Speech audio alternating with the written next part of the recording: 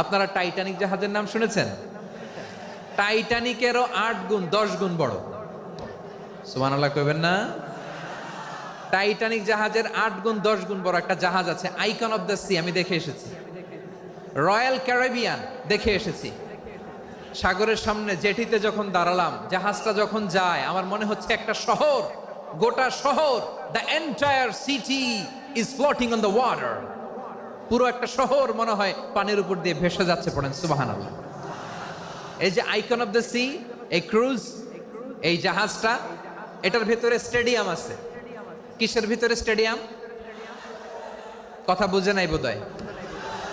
Stadium কিসের ভিতর?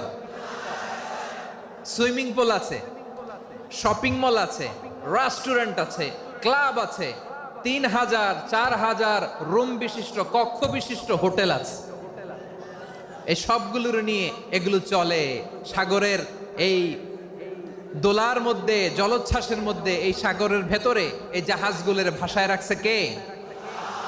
সূরা আর রহমানে আল্লাহ তাআলা বললেন, ওয়ালাহুল জাওয়ারিল মুনশাআতু ফিল বাহরি কাল আ'লাম ফাবিআইয়ি আলা, সবাই পড়েন, ফাবিআইয়ি আলাই রাব্বিকুমা তুকাযযিবান।